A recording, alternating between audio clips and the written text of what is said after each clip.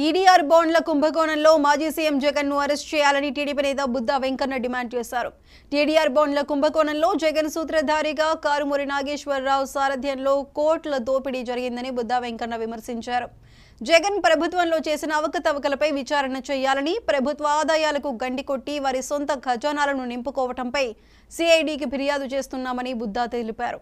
నిజాయితీగా పాలించే ప్రభుత్వం ఇప్పుడు వచ్చింది కాబట్టే వారి దోపిడీ బయటపడిందని బుద్దా వెంకన్న అన్నారు. ముఖ్యమంత్రి జగన్ కనుసన్నల్లోనే అవినీతి అక్రమాలన్నీ జరిగాయని, జగన్ కు సన్నిహితంగా ఉండే వారికి మాత్రమే అవినీతి సొమ్మంతా దోచిపెట్టారని, ఈ వ్యవహారం మొత్తం తేలే వరకు నా పోరాటం కొనసాగుతుందని వైసీపీ నాయకులకు బుద్దా వెంకన్న హెచ్చరించారు.